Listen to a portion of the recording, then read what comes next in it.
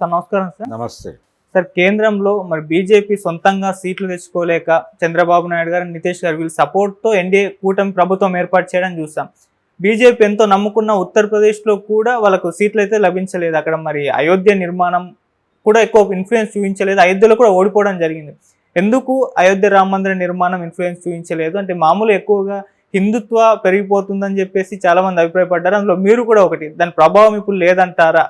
మరి ఇప్పుడు కాంగ్రెస్ పార్టీ పుంజుకుందని తెలుస్తుంది కదా, మరి నెక్స్ట్ వచ్చే ఎలక్షన్స్లో కాంగ్రెస్ ప్రభుత్వం ఏర్పాటు చేసే అవకాశం ఏమైనా కనిపిస్తుందంటారా సార్? అంటే ఒకటి, భారతీయ జనతా పార్టీ తన ఎదుగుదలలో కొన్ని నేరేషన్స్ జనాల్లోకి పంపడం ద్వారా హిందుత్వ అనేటువంటి దాన్ని ఒక రైజ్ చేయటం అనేది జరిగింది.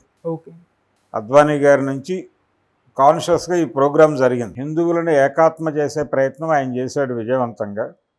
రకరకాల విషయాలు మాట్లాడేవాళ్ళు గతం నుంచి. అంటే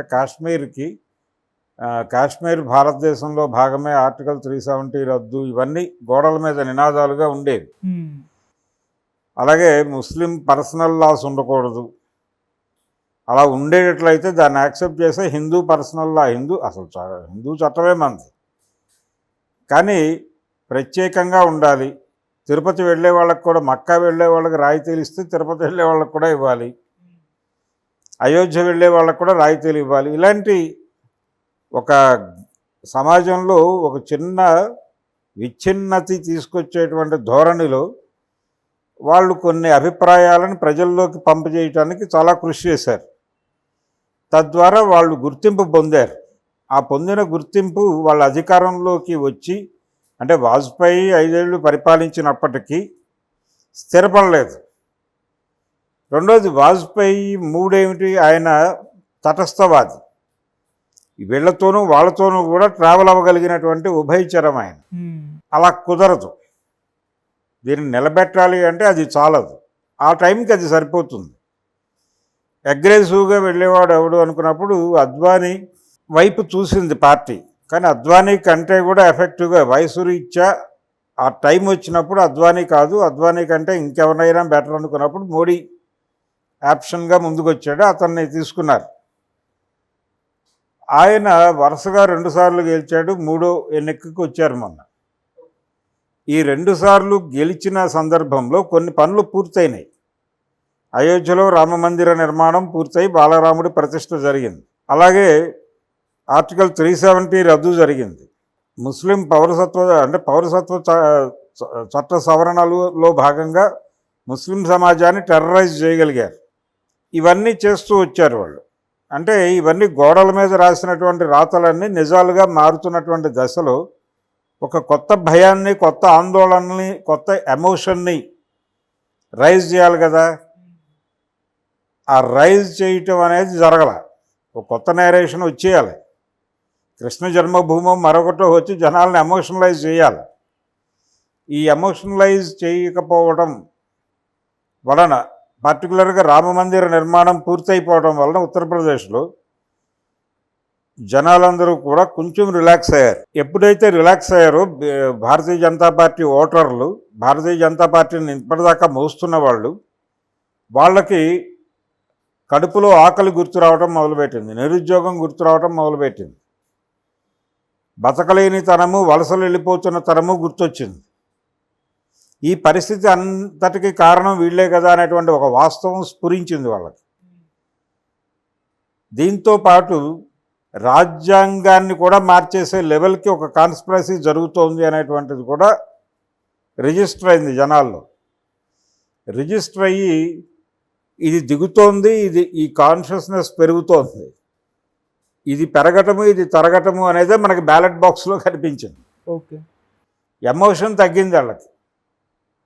ఎమోషన్ తగ్గి జీవిత వాస్తవాలని గుర్తిరిగి వీళ్ళని మనం ఓడించడమే బెటరు అనేటువంటి అభిప్రాయం కొంతమేరకు స్థిరపడి పోలింగ్ బూత్లకు కదిలారు. అది అక్కడ రిఫ్లెక్ట్ అయింది. ఆ రిఫ్లెక్ట్ అవడం వల్ల 240 దగ్గర ఆగారు వాళ్ళు. నిజానికి అంతకంటే తక్కువ డిజిట్ దగ్గర ఆగాల్సిన వాళ్ళు 211, 215 మధ్య ఆగాల్సిన వాళ్ళు 25 సీట్లు అదనంగా సంపాదించుకోగలిగారు. రకరకాల టమారా విద్యలు ప్రదర్శించి, పర్టికులర్గా తెలంగాణలో వాళ్ళు 2 సీట్లు మాత్రమే గెలుస్తారని అనుకున్నది, 8 దాకా వెళ్ళారు. అంటే దాదాపు 1/2 డజన్ సీట్లు ఇక్కడే పెరిగినాయి. ఇంకో 2-3 ప్రాంతాల్లో లెక్కేసుకుంటే ఆ 25 సీట్లు మేనేజ్ చేయగలిగారు. ఈ మేనేజ్ చేయడానికి వాళ్ళు రకరకాల, ఇప్పుడు ఏపీలో కూడా నిజానికి వాళ్ళకి అన్ని సీట్లు వస్తాయని అనుకోలేదు, కానీ గెలవగలిగారు. వాళ్ళు చెప్పిన ఫిగరే వాళ్ళు గెలవగలిగారు. అంటే డిజైన్డ్ వ్యవహారం ఏదో జరిగింది. ఈ డిజైనింగ్లో ఈసారి వాళ్ళు అనుసరించినటువంటి పద్ధతి ఏంటంటే, చాలా పర్టికులర్గా బీజేపీ పోటీ చేసిన చోట్ల ఎటువంటి తాంత్రిక విద్యలు ప్రదర్శించకుండా,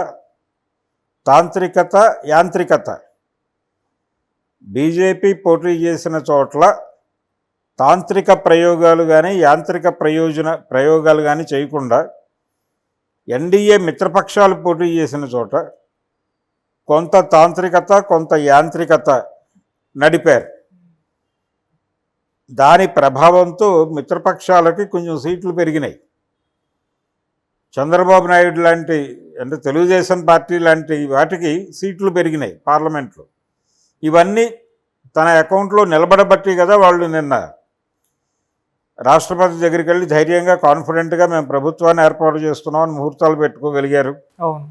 ఏం చేశారు ఇక్కడ అంటే, యాంత్రికత అంటేనేమో ఈవీఎం మేనేజ్మెంట్, అది సాధ్యమే అని చెప్పి చాలామంది మాట్లాడారు. జేడీ లక్ష్మీనారాయణ కూడా మాట్లాడారు. వితౌట్ ఇంటర్నెట్ అది ఎలా ఆపరేట్ చేస్తారు అనేది ప్రధానమైనటువంటి ప్రశ్న.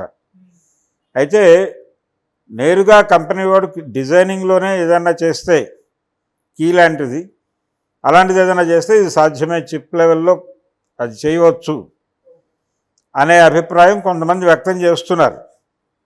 ఈవెన్ జేడీ లక్ష్మీనారాయణ కూడా అది ప్రస్తావించాడు. ఇలాంటిది ఏదైనా జరిగి ఉండొచ్చు అనే మాట అనలేదు, కానీ జరిగే అవకాశాలు అయితే ఉన్నాయన్నాడు ఆయన. అదే జరిగి ఉండొచ్చేమో అనేది డౌట్ ఇప్పుడు.